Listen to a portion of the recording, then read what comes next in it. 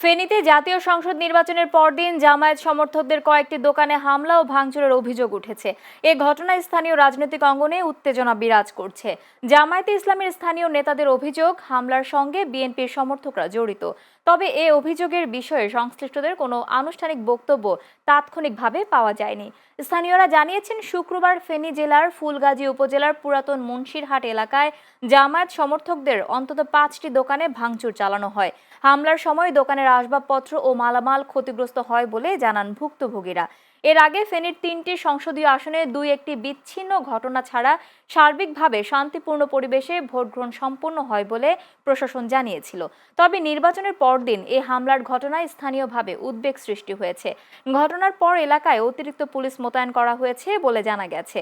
প্রশাসনের পক্ষ থেকে বলা হয়েছে, অভিযোগের বিষয়টি তদন্ত করে প্রয়োজনীয় আইনগত ব্যবস্থা নেওয়া হবে।